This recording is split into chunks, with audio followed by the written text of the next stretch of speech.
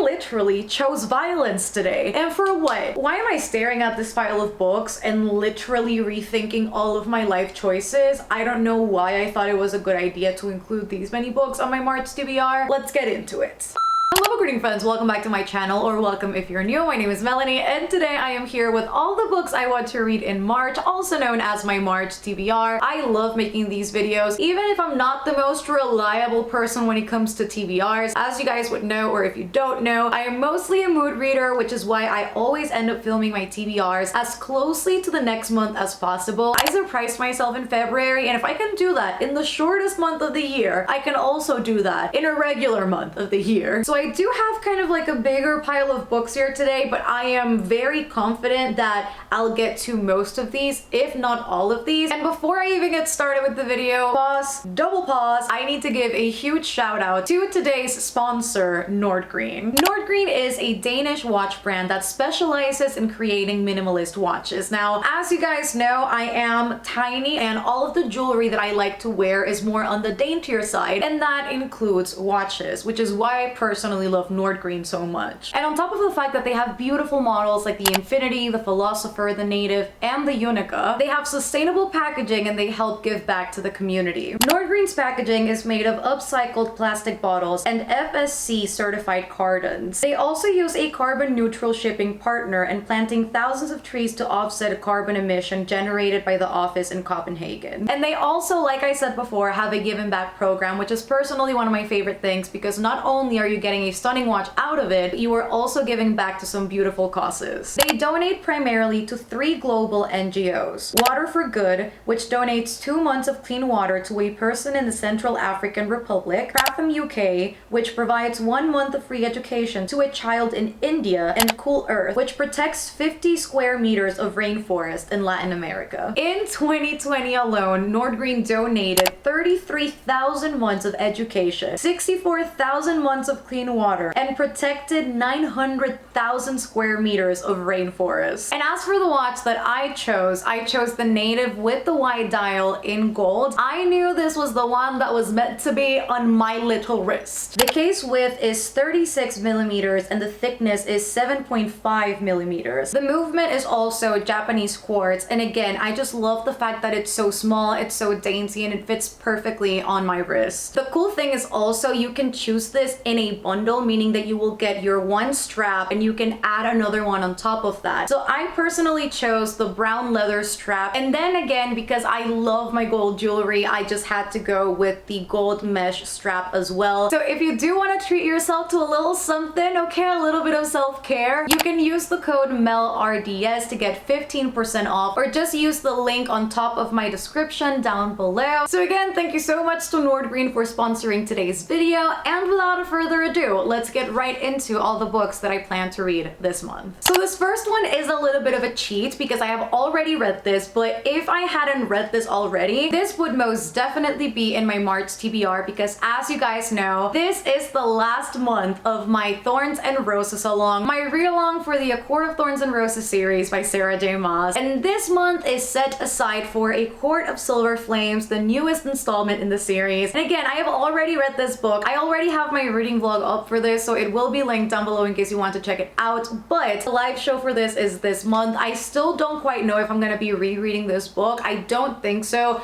just because I don't think I could quite relive this pain so soon after reading this book for the first time. But will I be skimming through it just to take any additional notes? Probably yes, before the live stream. As you guys would also probably know, I recently read Sadie by Courtney Summers, and I absolutely fell in love with Sadie. The audiobook was fantastic. The story itself was so gripping that I definitely want to explore more of Courtney Summers' writing. And Courtney Summers actually came out with a new book in February that I unfortunately couldn't get to at the time, but I have it, and it's The Project by Courtney Summers. All that I have really heard about this book, all that I really know, is that it's about a cult, and that's as far as my knowledge goes with this book. And I am just so excited to see how that will take place in this book. So this book is not that long. I know I'm gonna be devouring this book, and I also know that Scribd has the audiobook, so maybe I can do both at the same time. After a tragic accident kills most of her family and leaves her little sister Lo on the brink of death, Bea Denham is desperate for for a miracle. It arrives in the form of Lev Warren, the charismatic spiritual leader of the Unity Project. He promises he can save Lo. All Bea has to do is believe. And it just keeps on going, but that's about as much as I want/need to know. I don't really need to know anything else about this. I want to go into this pretty blind. I am hoping that this will be a darker read. I'm guessing by the cover it won't really be anything pretty, so I hope it gets crazy. I hope it gets wild. That's everything that I'm expecting with this book. After Sadie,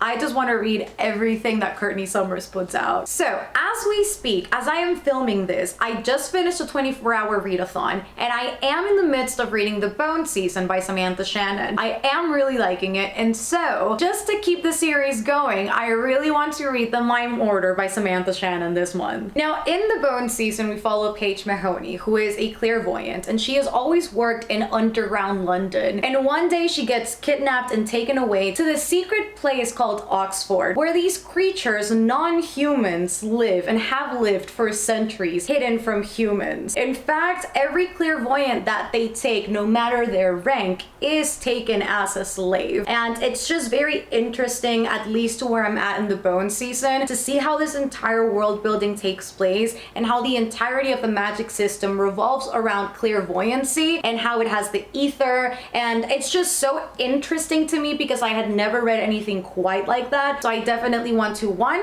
finish The Bone Season, and two, jump into The Mime Order and see exactly what's gonna happen here. I also finally gave in and I bought Spin the Dawn by Elizabeth Lim because I have been wanting to read this book for forever. And I just thought, Mel, you really want to read it, just get it. You're gonna get more books anyway, just don't put it off any longer. And so I have Spin the Dawn with me, and I am ready to read this book in March. Like, it's definitely happening. Now, this is said to be a Project Runway meets Mulan, and from what I have heard from you guys on live streams, people who have actually read Spin the Dawn, you guys have told me that it's so much more than just the Mulan aspect, so much more than just the Project Runway aspect, and that it has a lot of cultural elements, a lot of mythology elements that you guys personally loved and felt were very accurate as you were reading. So that hypes me up even more to go into this. In this book, we follow Maya, and Maya has dreamt for the longest time to become the best dressmaker in all of the land. And this is where the Mulan retelling starts taking place because a royal messenger summons her father to come to this competition, and she takes his place instead. She will pose as his son in order to participate in this competition filled with trials and tribulations and lots of dressmaking, making magical gowns,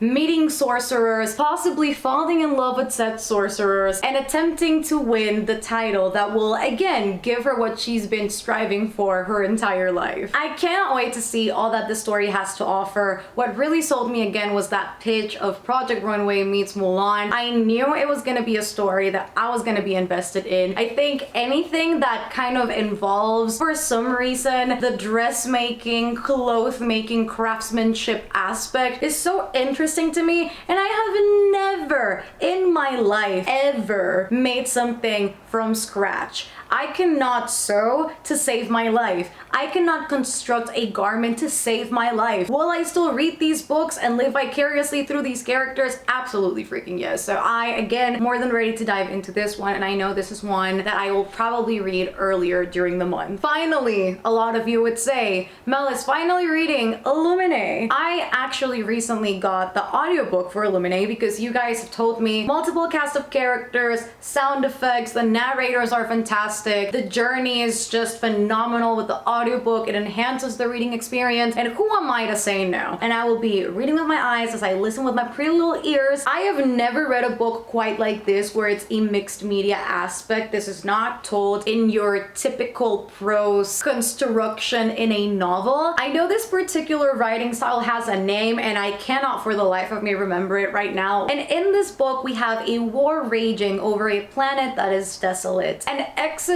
Katie and Ezra will have to team up right after breaking up and try and figure out exactly what is happening, and I'm guessing try and either stop the war or find out what it's all about. I just think the concept of exes being stuck in a ship together trying to solve a war, either stop it, progress it, whatever they're going to be doing, is fascinating to me, and this has been sitting on my shelves for forever now. So I literally need to give this a good old read and just immerse myself in this goodness because I'm intrigued. Mel is intrigued. Oh boy, will a lot of you be happy that I am reading this trilogy in March. Before I even show you, take your bets on the comments. What trilogy do you think I could potentially read in March to make a reading vlog for it? I am so ready to see what this is all about because the way that this is a lot of you guys' favorite series, I know it's a lot of people's favorite series, and I am over here sitting on my ass quite literally not knowing a single thing about the series because I have never read it. And I have also fortunately not spoiled anything for myself, and I am talking about the Darker Shade of Magic trilogy by V.E. Schwab. Now, I am a baby V.E. Schwab reader. I have only read 2 of her books. Besides that, I have not really read much, which is why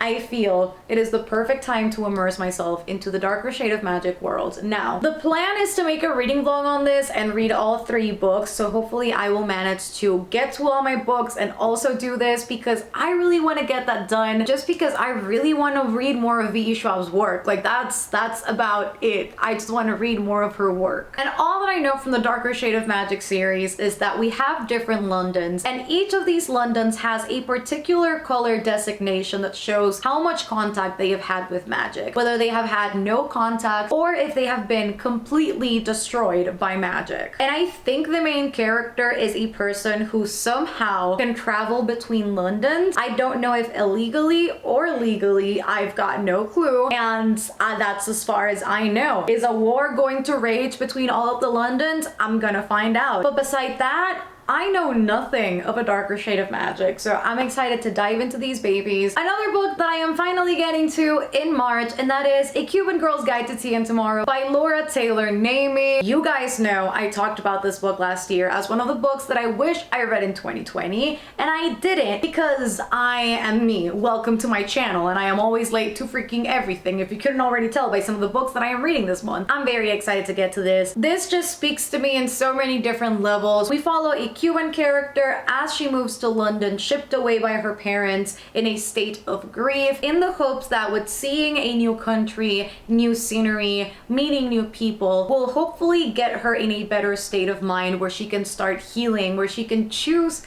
to heal. And once she gets to London, she actually meets a boy at a tea shop that offers to be her tour guide and to show her all that London has to offer. And of course, as any YA would go, I'm gonna guess she's gonna fall in love with London and then she's not gonna know what to do. And I'm here for all of that. I just want a very cute romance. Again, there's a lot of food aspects in this. I do believe she also worked in like a bakery back home. Just looks like a wholesome story, and I am here for all of it. I am also decided to read some middle grade in March. Now, I have included 2 middle grades that I really want to read this month. I've been planning a middle grade reading vlog for forever. Has it happened yet? No. Will March be the month? I also don't know because of the stack of books that I have lined up. Why did I choose March to be that one month where I want to do every single reading vlog? Don't even ask me because I don't have answers for you. But the first one I really want to read is Putkin and Stubbs by Sophie Green. Now, this one I know very little about, and the synopsis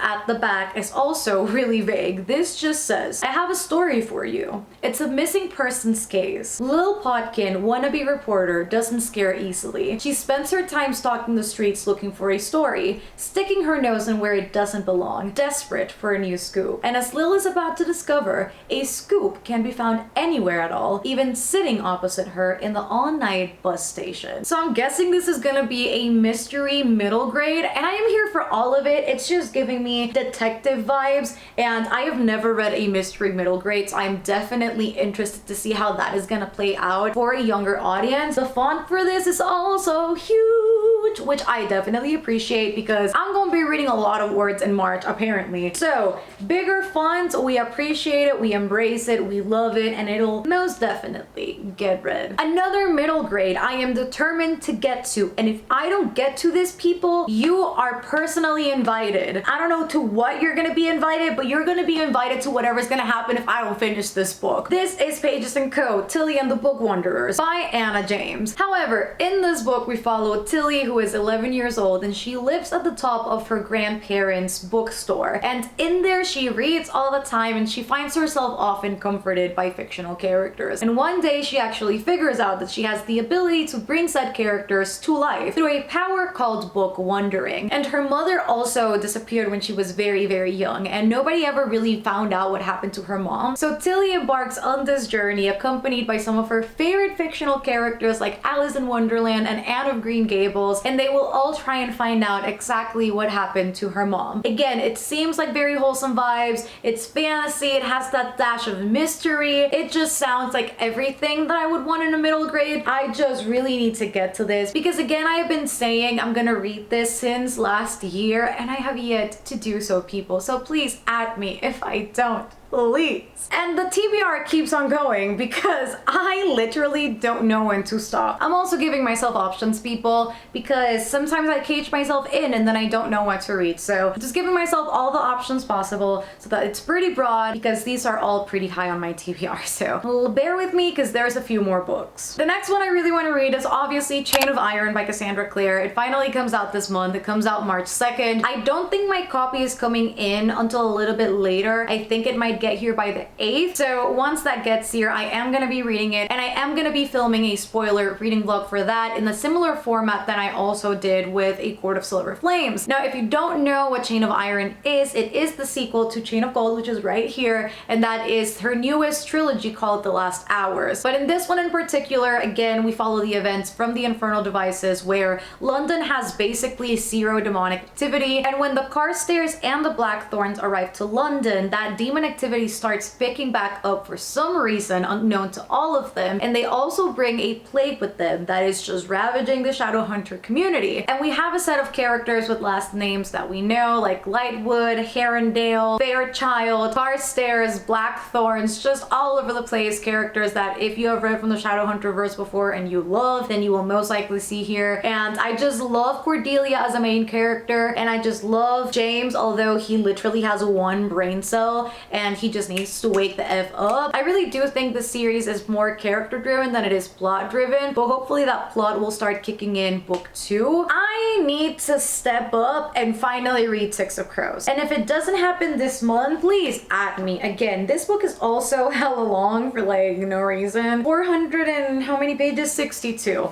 So we shall see. I really want to read this in March. Again, I have been saying this. I wanted to read this in December, I think it was. It was supposed to be a buddy read with Rachel. It didn't happen, so hopefully I will be getting around to this soon. My plan is also to make a reading vlog on Six of Crows and Crooked Kingdom, so I don't know if it'll happen this month. Hopefully it will. I really didn't think this through, and as I am staring at the pile of books that I have right in front of me, I am just thinking, Mel, why did you do this to yourself? Because I have so many reading vlogs planned that it's like do I possess the time to read all of these books? Probably not. Will I attempt to do so anyway? Yes, absolutely yes. If I could read Aquawar, Aquaphos, and Aquasoth and all the rest of the books that I did in February, I am convinced I can do anything. So in Six of Crows, we follow criminal protege Cass Brecker, and he has the opportunity to commit the greatest heist of all time, or seemingly so. The only thing is that he cannot pull this off alone. So he will enlist a band of fellow criminals in order to get this job done. And I know there's a lot of adventure in this. I know people freaking love Cass, and they love Inej, and they love Matthias, and they love Nina, and I am ready to fall in love with these characters, hopefully, because we all know how Shadow and Bone went for me. It was a DNF, and we do not speak on it. I'm kidding. I speak about it all the time. This is a book I know for certain I'm getting to because I really want to read this and The Project by Courtney Summers. I really wanted to include some horror in here, which is why I ended up including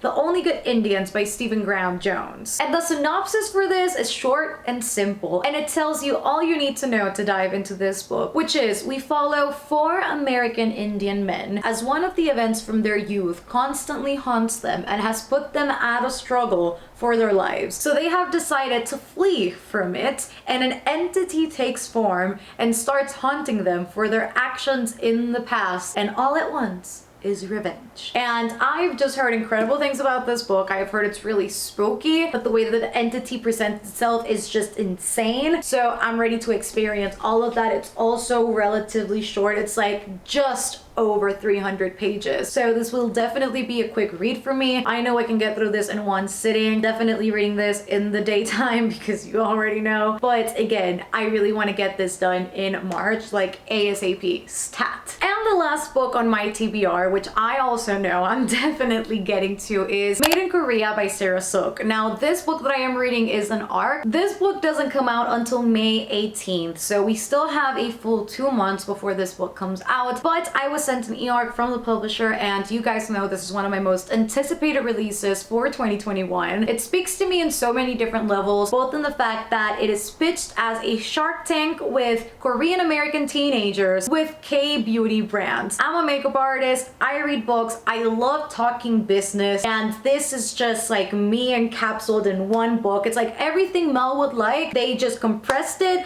and they just put it in a book, and Sarah Sook is here to deliver. So I am very much excited to read this book. Again, we do follow 2 Korean American teenagers as they both have very different goals but very similar. They're both very driven, and they are both seeking to meet their goals for college, for their futures, with competing K-beauty brands. And they will try and position themselves in their high schools as the best K-beauty brand ever. And I just love that pitch. Everything about it just seems so freaking cool. So I am just overly excited to get to this one. I know it will not disappoint. I know I will be peeping all them references, and I am ready to hype this book up. If I enjoy it as much as I think I will most definitely be buying myself a physical copy. And yeah, those are all of the books in my March TBR. Again, too many books. How many do we have? It's 14 books. Maybe we're pushing it a little bit with these lengths of books, but I shall get to all of them. I will try my freaking hardest. And maybe, what do I know? If I don't get to all of these throughout the month, I'll just leave them for the 24-hour readathon where I usually tackle 3 to 4 books, and that'll be that, and I will be successful. I really am gonna try my hardest to be. So yeah, that is all that I have for you guys today. I hope that you guys enjoyed this video. If you did, give it a thumbs up. Comment down below what your reading plans for March are. Let me know what books you're planning to read this month. All of it, just let me know down below.